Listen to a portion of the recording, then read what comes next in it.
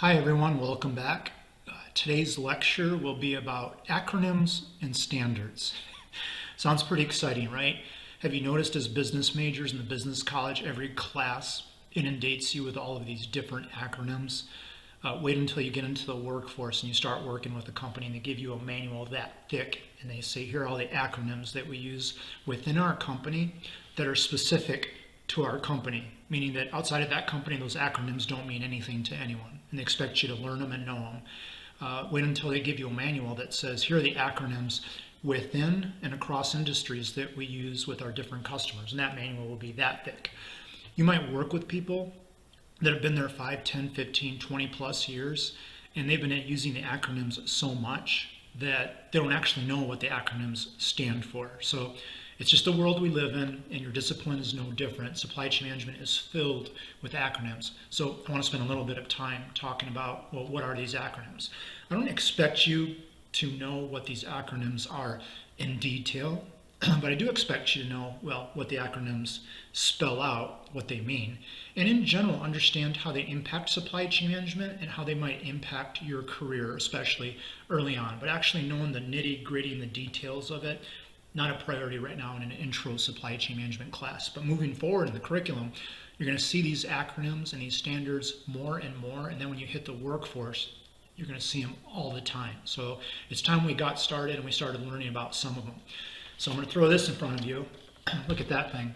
These are just some of the acronyms that we have talked about or will talk about. So at the top there, we have SMED, single minute exchange of die. We've already talked about that. That's a technique typically associated with manufacturing processes where the goal and the intent is to be able to move tools and equipment in and out super fast, so that when you switch over to different products, there isn't a lot of downtime associated with moving tools and equipment in and out. So we've talked about SMED a lot.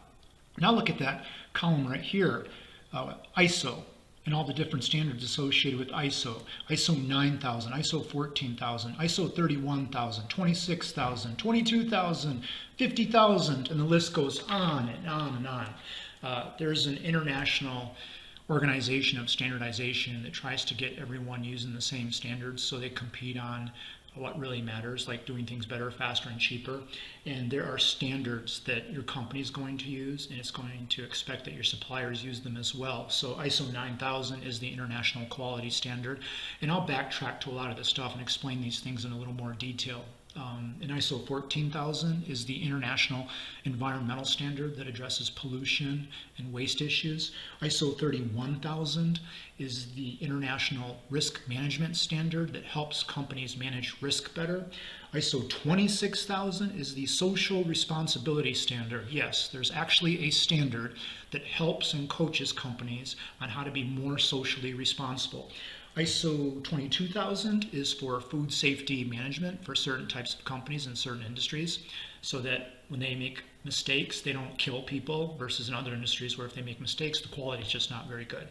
And then ISO 50000 is another one, and that's for managing energy so that you don't consume as much per se.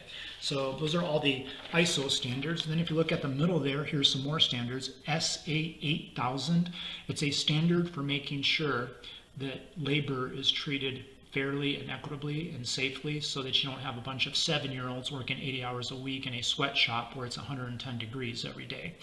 IATF 16949. Say that over and over again.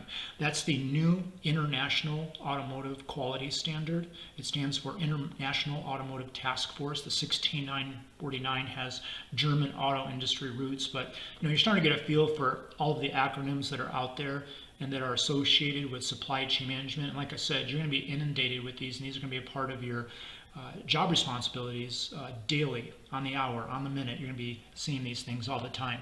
C-TPAT, Customs and Trade Protection Against Terrorism, making sure that you have processes in place that make sure that from beginning to end, when something comes into the United States that you're going to be using for your operations, that you know it's safe for American society. Okay? SOX, Sarbanes-Oxley, basically a paper trail for every single economic transaction within your company from beginning to end, so that you accurately report your financials. GDPR, thank you Europe, General Data Protection Regulation, protecting the privacy of everyone that companies do business with. And then other standards like ISO 13485. That is a standard specific to the medical device industry. Yeah, they have standards that are very specific and customized for certain industries. Other standards we've talked about maybe, or that you've seen in other classes, like the WTO, the World Trade Organization, basically a free trade agreement amongst most countries in the global economy. We've talked about maybe NAFTA a little bit, North American Free Trade Agreement, that includes the US, Canada, and Mexico. The European Union, the European Monetary Union, the EU being those 28 countries, and the EMU being the countries that have adopted the euro. 19 of those 28 countries belong to the European Monetary Union. We've talked about things like the euro, the currency for the European Monetary Union. 19 countries belong to that again. The national currency of Japan, the third largest economy on the planet. The national currency of China, the RMB or the yuan, Y-U-A-N. And the most important acronym, WMU, and I've circled it in golden brown there. A lot of people say they don't like those colors. I kind of like them, but at the same time, when do I wear brown? When I do yard work and when I go hunting. When I know I'm going to get dirty and messy. You ask our female students about our school colors and they say, well, I never really want to wear brown. I get it, but I don't see that changing. Western just spent millions on signage all over campus, and they use the brown and gold color scheme. So I think we're going to be sticking with those colors for a while, whether you like to wear brown or not. Like I said, I do. It's just when I do work where I know I'm going to get a lot of dirt on myself, so which is often. Okay, I'm going to take a pause right there, and then we're going to get into these standards and acronyms in greater detail so that you understand how you're going to be using them in the workplace. Okay, let me begin with these ISO standards. I just rattled off a bunch of them to you, all of which you're going to see and use in the workplace. No question, no doubt in my mind. It doesn't matter what company you work for, what industry you go into, you're going to see these ISO standards. Again, the main ones were ISO 9000, 14000, 31000, 26000, 22000, and 50000. Basically, the ISO standards come from an organization called the International Organization for Standardization, headquartered in Geneva, Switzerland. Switzerland is a country in Europe that is neutral on everything. They don't belong to the European Union. They don't belong to the European Monetary Union. They don't even belong to NATO, which is the North Atlantic Treaty Organization, which is basically a strategic military alliance between countries. It's basically, the way I look at it, Europe and America and other countries that basically say if you attack one NATO member, you attack all of us. So Switzerland has said, we're going to ride the fence and we're going to be neutral on everything. And economically speaking, that seems like that would be dangerous in a global economy, but it's worked to their advantage because anytime you need a neutral site for anything, Switzerland's a great place for having that meeting. Also, if you need an organization headquartered someplace that represents the global economy or anything globally, and you need a neutral site that taps into people that are highly skilled, highly college educated, and they're bilingual, Switzerland's a great place for that as well. So the International Organization of Standardization, or the International Organization for Standardization, is headquartered in Geneva, Switzerland. And the people that belong to that organization are mostly people from Switzerland, but combined with people from all over the world. So the governments of all countries send people to be members of the International Organization of Standardization, and their primary goal is to create standards by which all companies can use in a global economy, so that standards are very, very similar, so that companies are allowed to compete on what really matters, and that's their ability to actually do things better, faster, and cheaper.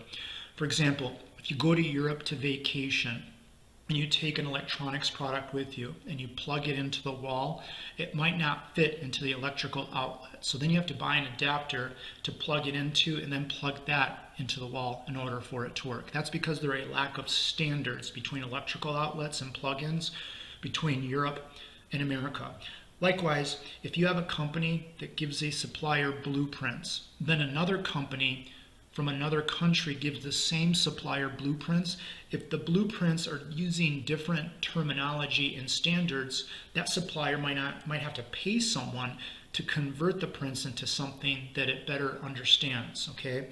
So basically, you've got a bunch of companies doing business globally, and they're doing business often with each other. So the goal of this organization in Geneva, Switzerland was, hey, let's just create a bunch of standards that we can all agree to and use so that we don't have to basically add any non-valued activities to convert it into stuff that we're more used to. In other words, let's all use some of the same standards to basically create non-valued activities. So one of the first things they came up with was they wanted to create an international quality standard. Initially, when they worked on this in the 1980s, they wanted to legally require that certain companies in certain industries where consumers were put at safety and health risk would have to implement this international quality standard, because for certain companies in certain industries, if their quality isn't good or good enough or is bad, they can actually end up killing people. So they created this international quality standard called ISO 9000. Now, the ISO doesn't actually stand for the International Organization of Standardization that's headquartered in Geneva, Switzerland. A lot of people think that's what it stands for, but it doesn't. ISO is a Greek prefix that means equal. Think of the word isosceles triangle or isometric. An isosceles triangle is a triangle that has two sides that are of equal length. So again, ISO means equal. The 9000 is the quality standard and actually has American Military Department of Defense roots. At the beginning of World War II, the United States was basically a country that minded its own business, didn't get involved in other people's business and affairs. And at the beginning of World War II, the United States did not have a strong military. In fact, at the beginning of World War II, the United States had more horses than tanks. At the beginning of World War II, the Netherlands, or the Dutch, had more armory than the United States did, and the Netherlands is what? Probably the size of Michigan. So again, America said, we'll protect our own borders, that's about it. We won't get involved in other people's business, and we're not going to get obsessed with the military and defense spending. My goodness, how times have changed, right? Now we're involved in everyone's business, and we can't spend enough money on defense. But what happened was America had to get involved in World War II, and it did very heavily and very quickly. So the Department of Defense basically said, hey, American companies, you're going to start making weapons for us. The weapons have to work. The quality has to be exceptional. They have to do what they're designed and built to do. So they basically created these quality standards, and it was top military secret kind of stuff during World War II. And there was a 9-0 in the secret code. Okay, so the Defense Department basically said, hey, make all these weapons. Here are the quality standards we're going to use. And there wasn't anything too sophisticated. It wasn't rocket science, and it wasn't anything especially proprietary. But at the time, they just wanted to keep it in-house, so it was top secret. And the code for it had a 9 and a 0 in it. After World War II, the Department of Defense said, hey, we want everyone to make quality stuff. Here's our quality standard. And over a period of time, different people in different countries got a hold of the document. I think each time someone got a hold of the document, they kept adding zeros to it. So at some point, they stopped adding zeros. So it started with a 9 and a 0, then they added another 0, then they added another 0. So in Geneva, Switzerland, they created this international quality standard called ISO 9000. And initially, they were going to make certain companies and certain industries do it, regulate it, and legally require it in Europe. So if you made medical devices, medical equipment, if you made toys where if the quality was bad and a kid could swallow a part and kill himself or herself, they were going to legally mandate it in those types of industries. If you make medicine for people, things like that. So they created it in 1987 and they rolled it out, and what they realized was they didn't have to legally require it or mandate it because companies just started to embrace it and do it and use it and make their suppliers use it, and then they made their suppliers use it. It just became a competitive thing rather than a legally mandated thing. So what happened is very quickly companies across Europe started to use and do and implement ISO 9000. And then they made their suppliers do it, and then they made their suppliers do it, and then they made their suppliers do it. And this thing didn't really take off in the United States. The only people in the United States that were using and doing ISO 9000 were the ones that had parent firms in Europe. And the parent firm in Europe said, hey, Operations America, you have to get all of your facilities ISO 9000 certified. We're making you do this because we believe in this and we actually think it's going to make quality better. Then some companies had customers in Europe, and their customers said, hey, we want you to be ISO 9000 certified, and we're not going to buy your products from your facilities unless your facilities are ISO 9000 certified. So this thing took off a little bit, kind of slowly. It wasn't until the big three auto companies, GM, Ford, and Chrysler, got a hold of ISO 9000 and customized it for the auto industry that it started to take off in the United States. So backtracking just a little bit, GM, Ford, and Chrysler, all of their factories had quality management systems in place, okay? They had their own quality management systems. GM had one called Targets of Excellence. Ford had the Q1 Quality 1 Audit Job 1, and Chrysler had the Pentastar Award. So these were all quality management systems and certifications, and they required all of their factories to use these quality management systems. The thing is, they were pretty much the same. They were identical. I mean, really, if you look at a quality management system, how much different could it be across different factories within the same industry? So the big three got together and said, you know what? They're mostly the same, but they're slightly different, but not in a way that makes any one better than the other. If anything, the slight differences create non-value added activities because we can maybe make one that we can all agree to. So they got together and they created one. They basically took ISO 9000, which by itself is really, really generic, and they zapped it and customized it for the auto industry. So GM, Ford, and Chrysler got all of their facilities QS 9000 certified. So they took ISO 9000, customized it for the auto industry, got all of their facilities QS 9000 certified. Then all of the big three made all of their suppliers do it. They made all of their suppliers do it. And then they made all of their suppliers do it. So all of a sudden, very quickly in the early 1990s, there were thousands of facilities, mostly in the automotive industry, that were QS 9000 certified. Okay? What happened after that was other industries did the same thing. Aerospace, steel, telecommunications, tooling and equipment. For example, the aerospace industry took ISO 9000, customized it for aerospace, got all of their facilities at the OEM level certified, made all of their suppliers do it, and then they made all of their suppliers do it. It was called AS 9000. Yeah, very creative, right? The telecommunications industry did the same thing. They took ISO 9000 and customized it for their industry, and they called it TL 9000. The tooling and equipment industry did the same thing, and they called it TE 9000. So my point is, this standard, ISO 9000, the international quality standard, started off in Europe. They rolled it out, and just because of competition, a bunch of companies started to do it. A few did it in America if they had parent firms in Europe or customers in Europe, but then it really started to take off when the auto industry did it, when the aerospace industry did it, then tooling and equipment, steel. Then all of a sudden, hundreds of thousands of facilities in America were ISO 9000 certified or used some version of ISO 9000. Okay, so now you kind of know where ISO 9000 comes from. When you graduate from Western, you're probably going to get hired by a company and all of their facilities are ISO 9000 certified or use some version of ISO 9000. And all of their suppliers will be required to have all of their facilities ISO 9000 certified. So if you give business to a supplier, a pre-qualification and a prerequisite is probably going to be that they are ISO 9000 certified. Okay? So I think the most important question is, what the heck is it? Like, what does it do? What is this international quality standard where over 1 million facilities globally are certified to it?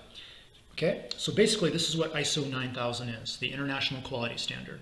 Okay, it basically requires that every company have policies and procedures, systems and documentation in place for everything and anything that impacts quality. Okay? What impacts quality? Almost everything. Does that make it any clearer? Probably not. So let me explain it a little more. ISO 9000 requires that you measure everything associated with quality. The logic is that if you don't measure something, you're going to be really bad at it. The only way you're going to get good at something is if you measure the heck out of it. So ISO 9000 requires that you measure everything from beginning to end that has anything and everything to do with quality. For example, when parts come into your facilities, are they coming in at the right time, at the right place, in the right quantities? If you're not measuring that, chances are that's not happening, and a lot of mistakes are being made. ISO 9000 requires that every single person in your company has a job description, and that every person understands what their job responsibilities are, and that it explains how they do their jobs, and it tells them what to do when stuff happens. For example, let's say receiving at a factory gets the wrong number of parts. What do? ISO 9000 requires that there be policies, procedures, systems, and documentation in place that says, when you get the parts, this is what you do. When you get the parts and you get the wrong quantity or the wrong parts are shipped to your facility, ISO 9000 requires that you have corrective action in place that says, this is what I do when this happens, and this is what I'm going to do to try and make sure that it never happens again. So the idea behind ISO 9000 is simply have policies and procedures in place for everything and anything that impacts quality, and measure everything that has anything remotely to do with quality. And a big part of it is making sure that everyone has job descriptions, job responsibilities, and their roles are explained in detail on what to do when stuff happens. So when facilities get ISO 9000 certified, these auditors will come in and they basically say, all right, I want to look at your policies and procedures, your systems, your documentation that says what to do when everything happens, and they try to match that up with reality. So they'll go up to people and say, what's your job? How do you do your job? When this happens, what do you do? Then that person will give that auditor the answer. The auditor is looking at the job description, the job responsibilities. The auditor will say, what do you do when this happens? And the documentation says step 1, step 2, step 3. And if the person says that, they give you a green light on that part of the audit. But if they ask you questions and you're telling them, well, this is what I do when this happens. This is my job and this is how I do it. If that doesn't match up with the policies and the procedures and the documentation and the systems that are in place, then you get a strike, you get a black mark. And if you get enough of those, you fail the audit. So that's kind of what ISO 9000 is. Another example would be if you're a design engineer and you keep changing the design to make the design better, are you going back to the original prints to update them? What do the policies and procedures say?